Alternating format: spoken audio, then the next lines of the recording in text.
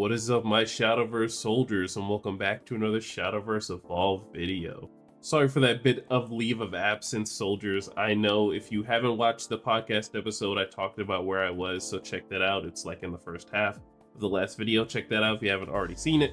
But today we're going to be talking about the Swordcraft reveals for Vanguard, and we're going to talk about all the things that we need to know about Vanguard before we get into the reveals and everything, because I'm going to be honest, they didn't really give us too much information on what these new cards and skills are going to be. They've just been showing the reveals for the cards that are going to be coming out. So in this video, hopefully, well, every reveal I'm going to have a little breakdown of all these triggers, just in case people are only going to be watching the crafts that they really care about, because I like to be very considerate for you guys. But before we get into that, I want to show you guys about this new website I just discovered. Alright, so I discovered this website, Showdown. So this is a pretty good place that you can also make your deck lists and everything like that. You can explore decks, you can build decks, and you browse all the cards. It's a pretty good layout, I'm going to be honest with you. There's going to be a nice little partner collaboration thing that's going to be going on. So for any Shadowverse Evolve content creators that want to be on this website and you want some good traction, I think this is a good place to look towards. But yeah, I believe this hub is a pretty good place to look into towards making decks, because personally, in my experience for Bushy Navi, I do enjoy making the decks, but you know, building a perfect deck with everything laid out and you're just looking at the entire deck instead of, like, you know, flipping from page to page like we usually do in Bushy Navi. I like the kind of layout where you can just have your leaders and all your cards here, and then you can see the layout. Like, I can maybe potentially take out one of Orcus. I won't actually be taking out a full playset of Orcus, because be serious. But, you know, if I want to have at least, you know, maybe like 2 Orcuses, I can look at that ratios and then have, you know, some test sample hands here too. So I think that's a pretty cool feature on this website. And they also have a Discord community, so you can report any bugs or fixes if you want to really look into that. But outside of that, join the Discord community if you are willing to give a shout out for a new Shadowverse, like, Evolve card deck building, kind of like community gathering place too. So I think this is a very nice hub. This is a very wonderful idea to be putting into the Shadowverse Evolve community right now, because we're going to be, after this little bit of decline, I will say we will be on the come up coming into these next couple of months. But yeah, I'll put a link in the description below for you guys to check out the website, and, you know, feel free to look at it if you want to. I'll put a link down in the description below, and we'll get back to the rest of the video. Alright, soldiers, so Royal Paladins is going to be the clan that's going to be represented for the Swordcraft class. And I did a bit of information gathering because I'm not super big into the Vanguard realm. I don't pay too much attention to it. But I do have a bit of some, you know, trivia information just so you can get a good basis of what Royal Paladins are if you're just like me and you don't really understand everything about Vanguard. Alright, so the Royal Paladins clan/class, or also known as Roriadu Paladin, is a clan from the United Sanctuary Nation, as one of the first 2 clans in the game. The clan is themed around knights, dragons, wizards, and animals, among others, but they focused around several folk tales with Arthurian legends. And in the manga, the clan is referred to as the Holy Knights of Light. And just to talk about the background and the playstyle of Royal Paladins, is that they're the United Sanctuary's main forces. They're made up of the different races and everything, and they basically have armor and swords, and they're just like kind of like the front guard, just to give you some imagery there. And they're well equipped with all the science and technology and magic that they need to really fight off any, you know, enemy forces, honestly. Alright, just getting into a little simplistic playstyle of Royal Paladins. Teamwork makes the dream work. That's basically how the game plan is played for Royal Paladins. I'm assuming, since I'm not a huge Vanguard player, but honestly, if we all have a dream, we can work together to make it happen. And I do believe that in many instances outside of just Vanguard itself. But you're basically using a whole bunch of rear guard characters, what I'm seeing here, to power up one big character in the front guard. So the power of friendship really works together in tandem with this playstyle of Royal Paladins and Swordcraft, honestly. Alright, but getting into business, so we have new keywords or new terminologies. I'm not exactly sure what to put them here. I just said that these are triggers. And triggers are going to be the new things that's going to be happening for Cardfight Vanguard. And like I said earlier, that I don't think they explained everything that they did. If you are a Vanguard player and you already know what these triggers are, of course they're going to be different for Shadowverse Evolve. So I went ahead and made a good example of all of these triggers, and they're color-coded too to what the cards are going to look like. Of course, they're going to have the translations under the bottom of the cards, but let's go ahead and figure what these triggers are. Alright, so starting off first, only trigger cards with the same class as your leader can be put into your deck, and there are 4 types of triggers. So we have the critical trigger, the draw trigger, the stand trigger, and the heal trigger. So the critical trigger gives your follower on your field +2 attack, the draw trigger lets you draw a card, and then the stand trigger refreshes a follower on your field, but this turn that follower can't attack enemy leaders if it already did, and then heal trigger gives your leader +3 defense. So a very interesting, kind of like fusion here. So now we have our own little translation here for triggers from Vanguard into Shadowverse Evolved. All right, and then we have our next keyword, we have drive. So drive is a little bit of, I would say it's a little confusing in a way. So I'll try my best to go as slow as I can and try my best to explain it as best as possible. And of course, if anybody has any questions, drop them down below in the comments below, and I'll try my best to answer them in the comments and stuff like that. But we have the keyword drive. So followers with drive have rush and single drive. All right, so we have single drive. So followers with single drive have a strike ability. So strike, you perform a drive check once. So going over the information we already have now, so followers with drive have the rush, so they're able to trigger the single drive ability as they're already played. All right, so then we have drive check. So to perform drive check, you flip up the top card of your deck. If a trigger card is flipped up and your deck is a card 5 Vanguard deck, you can activate the trigger ability of the flip card. If the trigger ability is successfully activated, you put the flip card into your cemetery, and if the trigger ability failed to activate or flip card isn't a trigger card, you put the flip card to the bottom of your deck. So essentially, followers with drive have the rush and single drive, which allows you to do the drive check, and you're able to look at the top card of your deck. If it's one of the drive check trigger cards that we were just talking about, then we're able to activate it and then it goes straight to the cemetery. And if it's not a trigger card, or if the trigger is able to fail due to other effects or anything like that, you put that card right to the bottom of your deck. Alrighty, next up we have twin drive. So followers with twin drive have the strike ability to perform drive check twice. Alright, so being able to do 2 drive checks is pretty nice, but then we have the on drive effect. So on drive is effects that activate when a follower is given drive.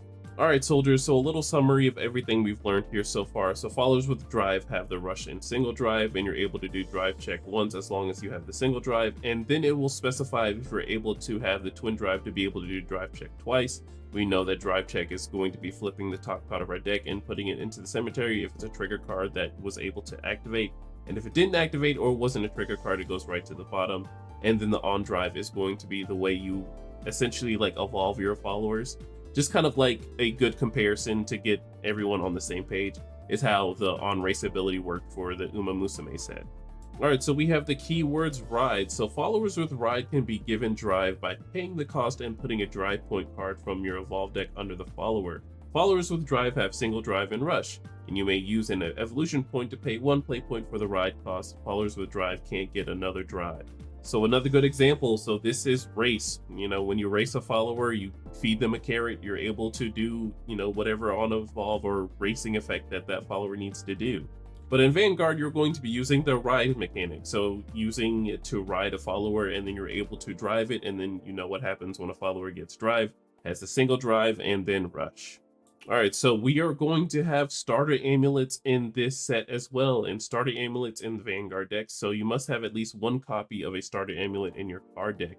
You may only have 1 type of the starter amulet in your deck, and it must be placed face down on your field before the game begins, and then you turn it face up at the start of the game.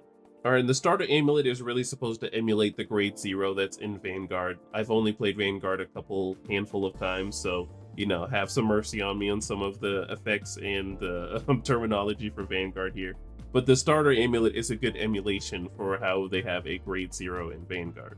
Alright, so to most likely save time, I'm probably going to reuse these things. So these are going to be in between each and every video, so thank you so much for watching. We're going to go ahead and get into the reveals now, so hope you all enjoy the reveals. Alright, so we have our first card. We have Majesty Lord Blaster. So it's a 6 cost 4/4. It has Storm and Twin Drive, so it also has a strike ability. So if there's a Blaster Blade and a Blaster Dart in your cemetery, give this follower +2/+2. But when it comes into play, for each pair of Blaster Blade and Blaster Dart in your cemetery, select up to 1 enemy follower on the field and destroy it.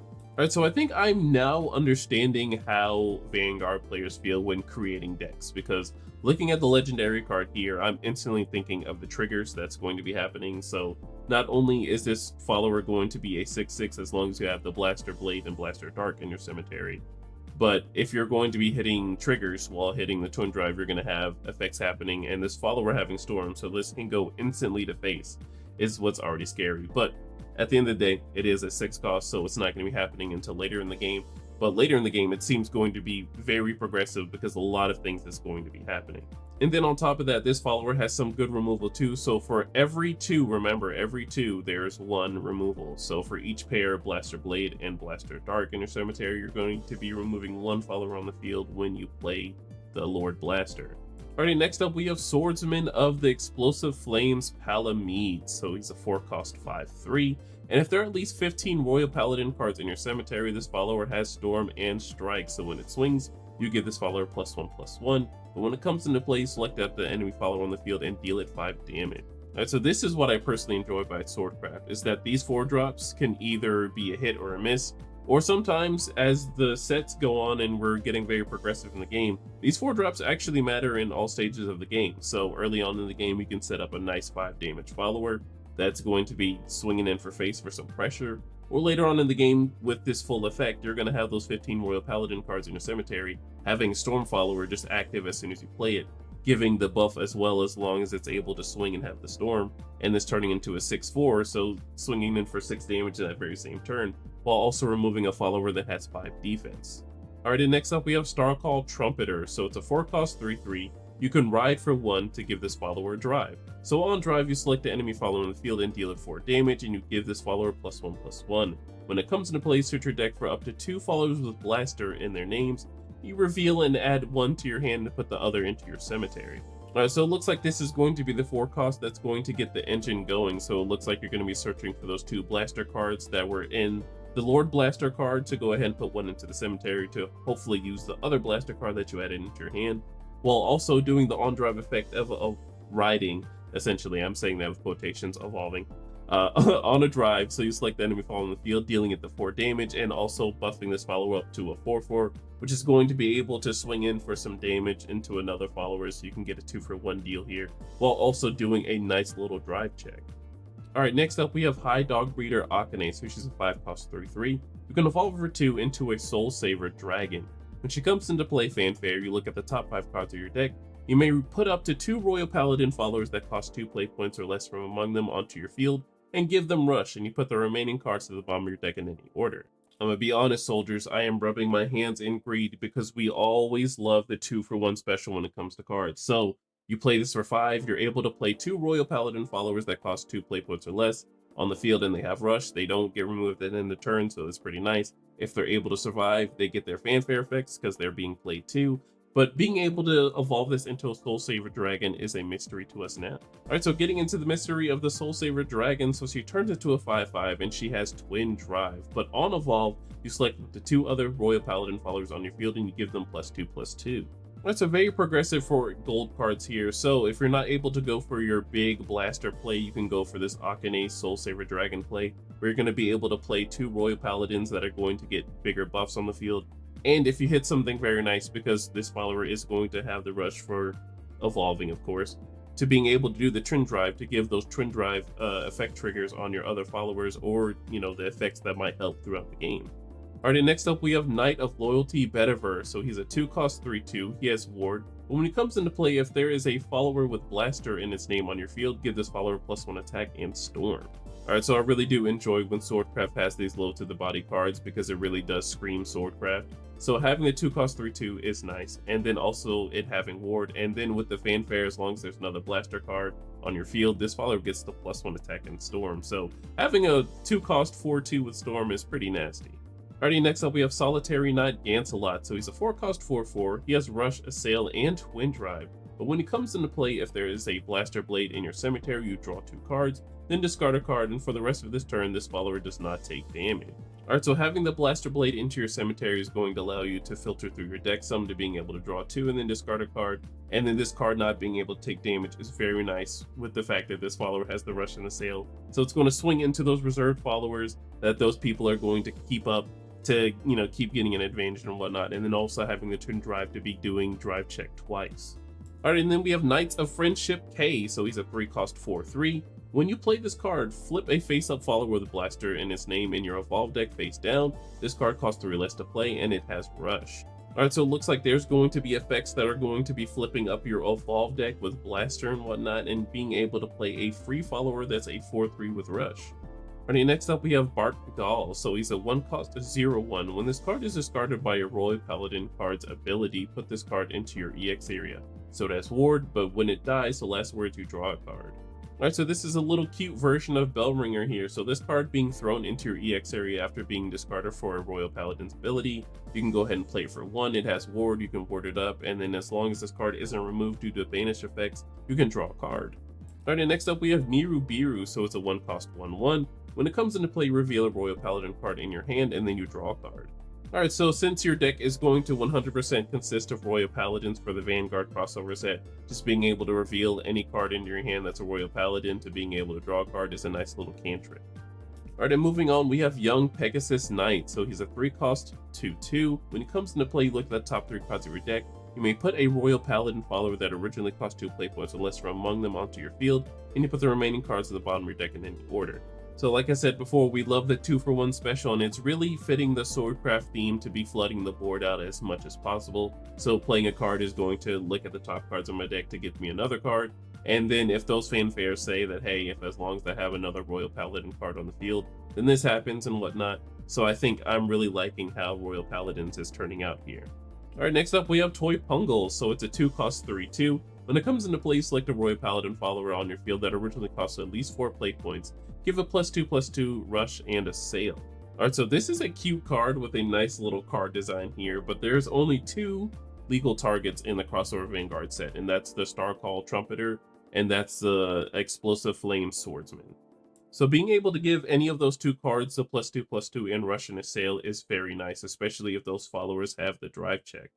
Alright, next up we have Pongle. So it's a 2-cost 2/2. You can write it for 1 to give this follower drive, and on drive, give this follower +1/+1. You look at the top card of your deck, you may reveal it and add it to your hand, and if it's a Royal Paladin card, you deal 1 damage to each enemy leader. Alright, so initially for 3, you're going to be playing this follower out. It turns into a 3/3, which you can swing into another follower to do a nice little drive check, which will either put a card into the nice little cemetery for its triggers, or it's going to go to the bottom of your deck. But being able to look at the top card of your deck, and most of your deck is going to be Royal Paladins, you're just already going to be dealing 1 damage to the enemy leader, which is very nice. Alright, and next up we have Future Knight Lu. So he's a 2-cost 2/3. When he comes into play, you discard a Vanguard card and you search your deck for a Blaster Blade, reveal it, and add it to your hand. He also has the Critical Trigger. So Critical Trigger, when this card is flipped by a drive check, you give a follower on your field +2 attack. Alright, so Lu is going to be a staple for the deck only because he has the Critical Trigger. So if you're going to want to run 3 of them in your deck, hopefully hitting him for the drive check to give that follower +2 attack when it is either swinging, or you want to put it on another follower that might have Storm on the field, who knows. But hitting it off of the drive check is just going to give your follower +2 attack, while also playing this off of other cards' effects. Since he is the 2-drop, you can go ahead and discard a Vanguard card and search for that Blaster Blade card. Alright, and next up we have Margal. So it's a 1-cost 2/2. When it comes into play, you discard a Royal Paladin card and then you draw a card. But this card also has the draw trigger. So when this card is flipped up by a drive check, you draw a card. So a nice little 1-cost to go ahead and discard a Royal Paladin card to really help out with that 15 Royal Paladins in your cemetery for that late game aspect, but also being able to just have a nice little cantrip while also having a 1-drop 2/2 goblin is cool. Alright, next up we have Flogel. So it's a 2-cost 2/3, and at the start of your end phase, you refresh this card. And this card has the stand trigger. So the stand trigger, when this card is flipped by a drive check, you select a follower in your field and you refresh it, and this turn that follower can't attack enemy leaders. So this card essentially is only going to be used for the stand, because playing this on turn 2 is very nice to go ahead and just refresh this card in case your opponent is getting crazy and playing very low to the ground and you don't want this card to be answered. I can see why you would play this card, but honestly I think this card is going to be very helpful in the stand trigger effects. Alright, next up we have Yggdrasil Maiden Elaine. So she's a 2-cost 2/3. She has Ward, but when she comes into play, you give your leader +2 defense, but she also has the heal trigger. So heal trigger, when this card is flipped by a drive check, you give your leader +3 defense. Alright, so pretty nice 2-drop. So honestly, you're going to want to hit this off of the heal trigger, but if you end up playing this as one of your 2-drops from your other cards, it's not going to be too bad because you can play pretty tempo for building a board. Alrighty, next up we have Starlight Unicorn. So it's a 2-cost 2/2, and whenever a follower on your field performs drive check, give it +1 attack. So if you manage to get 2 followers on the field while the Starlight Unicorn and the follower that has the drive going on with the drive check, if you have a follower with twin drive, it's going to get extra to attack, and my goodness, if those cards hit the critical trigger, though, that card is going to be humongous, so you better watch out if that follower has Storm. Alright, so next up we have Knight of Truth Gordon, so it's a 2-cost quick spell, so quick. Choose one of the following. You can either 1, select the enemy fall on the field and deal it 3 damage, or 2, reduce the next damage dealt to your leader this turn by 5. So you have 2 options. You can either deal 3 damage to a follower, or you can literally stop any incoming damage at least by 5 in the quick timing. Alright, and lastly we have Wingle Brave, so it's a 2-cost amulet, and it is a starter amulet. So you can activate to engage this card and put this card into its owner's cemetery. You can draw a card and then discard a card. This ability can be activated if there's a Royal Paladin follower on your field. Alright, so this card has the starter amulet, so this is going to be the card that's kind of like our grade 0, so it starts face down as long as we're delegating the fact that we are going to be playing a card fight Vanguard deck. So this kind of starts out on the field face down. As soon as you start the game, this is faced up. That's the starter amulet. And then as soon as we play our 1-cost, Royal Paladin follower, we're able to go ahead and activate this effect by going ahead to discard a card and then drawing a card. So it looks like you're going to be starting to filter your deck very fast. All right, and then we have our UR for the set. We have our Blaster alt art. So if anyone's looking forward to it, I hope that you're able to pull it and acquire it if you're looking for it. All right, soldiers, there might be questions on, there might be a couple cards that they talked about that weren't answered. Hopefully by the end of the set reveals, you'll have all your answers revealed and everything. But I do want to let you know that I will be doing the reveals a little bit separately this time, because this set will be coming out with starter decks. So we're going to talk about those starter deck exclusive cards, and some of the cards that were talked about in this video are going to be in the starter deck. So if you're a little confused, I'm hoping that you watched all the way through, so you don't watch it a quarter way through and then you ask a question in the comments saying, well, where is this card? So we'll be doing the card sets the card reveals in a different fashion, in a way, shape, or form, with how the starter deck cards are going to be in it, like a whole separate video, because I don't want to do the neutrals as like a separate video, because the neutral cards are only going to be 2. So I might as well put maybe the neutral cards along with the starter deck to make it like a little bit of a longer video, instead of just saying, hey, the neutral reveals are like 2 cards. Alright, soldiers, that was everything for the Swordcraft reveals. Thank you so much for watching. I appreciate you being very patient during my time of being absent and having a little bit of a break. But this was the only break we were going to be able to be getting for Shadowverse Evolved, because as of, Shadowverse Vanguard, or excuse me, as of the Glory Finder set, honestly, we will not have any more breaks. There won't be times to relax or anything like that. So I just seized the opportunity and the time that I had a little bit of quiet time for Shadowverse Evolved. So I just took a break from everything. I didn't even do the reveals for the last one.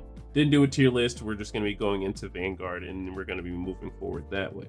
But alright, soldiers, make sure you are safe in whatever you do tonight, and make sure you are safe in whatever you do for the rest of the year. Make sure to like, comment, and subscribe, and I will see you in the next one. Bye.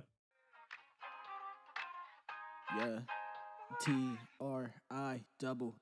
Just to get you away. What I got to do, what I got to do.